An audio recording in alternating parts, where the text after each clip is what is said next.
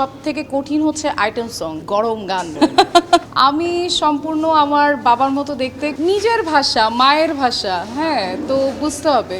কারণ মায়ের কাছ থেকে শুনতে শুনতে বড় হয়েছে। আমার আম্মা ফ্রম চিটাগং আর আব্বা ফ্রম ক্যালকাটা মেদিনীপুর, দুজন একদম দুই প্রান্ত। আমি সম্পূর্ণ আমার বাবার মতো দেখতে, কিন্তু কথা বলার ধরন সব কিছুই পেয়েছি আমার মায়ের একটা টোন পেয়েছি। মানে চিটাগংয়ের যে টোনটা আছে ওই টোনটা অটো চলে আসছে। জি, রিসেন্টলি যাচ্ছি আবার সিঙ্গাপুর সামনের সপ্তাহে একটি কর্পোরেট শো এর মাধ্যমে যাওয়া হচ্ছে।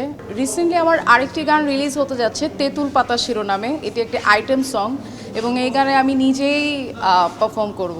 মানে আশা করছি বেলি আফরোজকে আবার সে হাইরে হাইরের পরে সেকেন্ড ধামাকা, হাইরে হাইরে সেকেন্ড ভার্সন পাবে সবাই। আইটেম গানে আমি বলবো যে গানের মধ্যে সব থেকে কঠিন হচ্ছে আইটেম সং। বিকজ একটা আইটেম সঙ্গে একটা শিল্পীর অনেক রকম এক্সপ্রেশন দিতে হয়, যেটি একটি রোম্যান্টিক সঙ্গে আমরা যেমন তেমন গেয়ে নিচ্ছি, হ্যাঁ, যে ঠিক আছে একটি কিছু চিন্তা করে ভেবে তাকে ভেবে গেয়ে নিচ্ছি।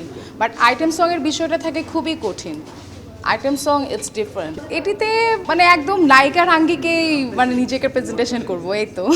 এটি কোরবানিতে রিলিজ হতে যাচ্ছে না, কারণ এটির আয়োজনটা আমাদের একটু বড় করে, এটির জন্য আমরা একটু টাইম নিয়ে করতে চাচ্ছি।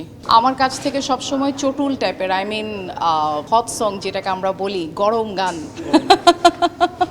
ওটাই, এই তো, মানে চটুল গান যেটা কি বলি, এই টাইপের সংগুলো একটু শুনতে চাই, মানে আইটেম টাইপ সং।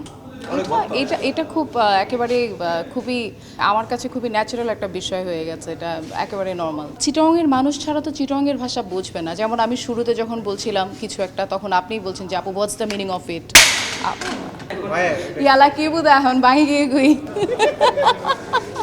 বললাম হইত দিবে ফরিয়ে রে, বাই গিয়ে গুই, বাই গিয়ে গুই, নট ভাঙ্গি, বাই গিয়ে গুই। আমরা পুরনো যে ফোক গানগুলো সেগুলোকে আমরা নতুনভাবে আবার প্রেজেন্ট করছি।